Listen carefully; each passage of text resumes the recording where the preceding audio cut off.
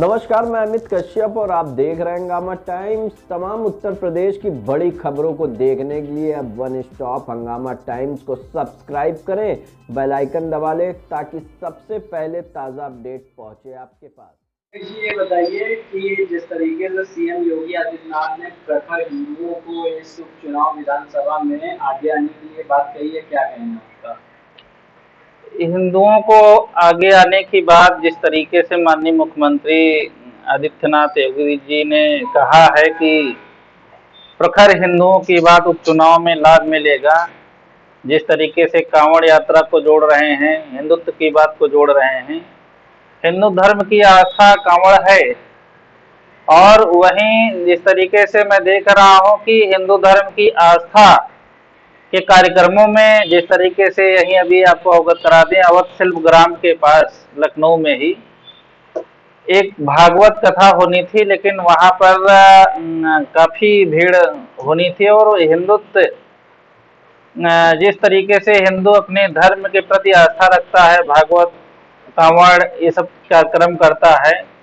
एक बड़े लेवल की 10 दिन का भागवत कथा होनी थी, लेकिन उसमें उत्तर प्रदेश की सरकार ने परमिशन यानी अनुमति नहीं दिया कार्यक्रम कराने के लिए।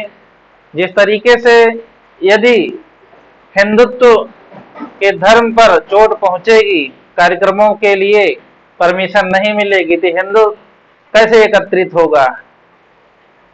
जिस तरीके से बिछड़ता जा रहे हैं हिंदू, चाहे कांवड़ यात्रा को लेकर के हो, चाहे भागवत कथा की या अन्य धार्मिक कार्यक्रमों की बात हो, तो इस तरीके से हिंदू बिछड़ रहा है, जो 2024 के लोकसभा चुनाव में दिखा।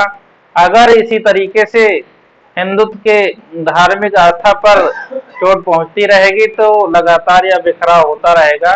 हमें कहना नहीं चाहिए एनडीए का हिस्सा होने के नाते, लेकिन हमारा धर्म भी है एनडीए के हिस्सा होने के नाते कि मैं माननीय मुख्यमंत्री आदरणीय योगी आदित्यनाथ जी तक आपके चैनल के माध्यम से यह संदेश पहुंचाऊं कि जिस तरीके से लखनऊ के अवध शिल्प ग्राम के पास एक भागवत 10 दिन का होना था, उसमें एक बड़ी भीड़ का आयोजन होना था और उसमें अनुमति नहीं मिली। इसे उन्हें समीक्षा करना चाहिए और जिस तरीके से हिंदू आस्था पर चोट पहुंच रही है उस पर विचार करना चाहिए, तभी हिंदू एकत्रित होंगे।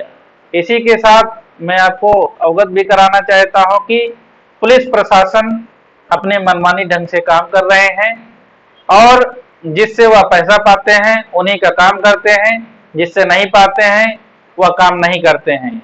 जब ऊपरी दबाव पड़ता है तभी वह आम जनता की सुनवाई के लिए प्रयास करते हैं, नहीं तो वह मनमानी ढंग से अपने हिसाब से काम करते हैं।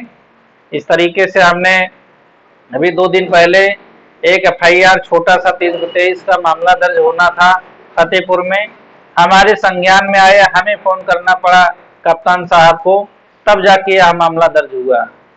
इसी तरीके से विभिन्न समस्याएं हैं जो पुलिस प्रशासन में मनमानी ढंग से काम हो रहा है और आम जनता की, कार्यकर्ताओं की नहीं सुनी जा रही है। इसलिए माननीय मुख्यमंत्री जी तक मैं यह संदेश पहुंचाना चाहूंगा कि जब पार्टी के कार्यकर्ता और सदस्य अपनी ही सरकार में वह खुश नहीं रहेंगे तब कैसे उनका मन लगेगा काम करने में।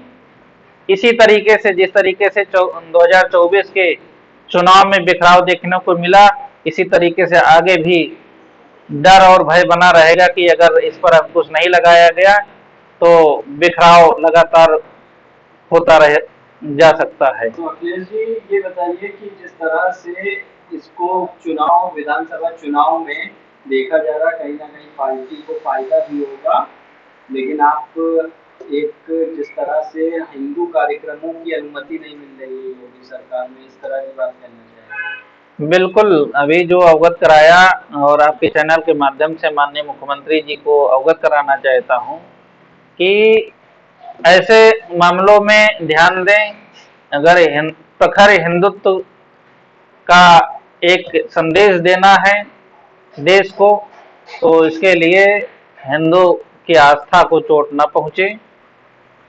जो हर धर्म का अपने धर्म के प्रति आस्था रखना और पूजा पाठ करना उनका परम धर्म कर्तव्य बनता है। उसमें अगर कोई बाधा आती है तो वह हिंदू बिखरेगा इससे और हिंदुत्व का बिखराव होगा। हंगामा टाइम्स की तमाम खबरों को देखने के लिए हंगामा टाइम्स को सब्सक्राइब कर लीजिए और बेल आइकन दबा लीजिए। अगर आपको ये वीडियो अच्छा लगा हो तो लाइक बटन प्रेस कर अपनी प्रतिक्रिया हमारे कमेंट बॉक्स में देना मत भूलें।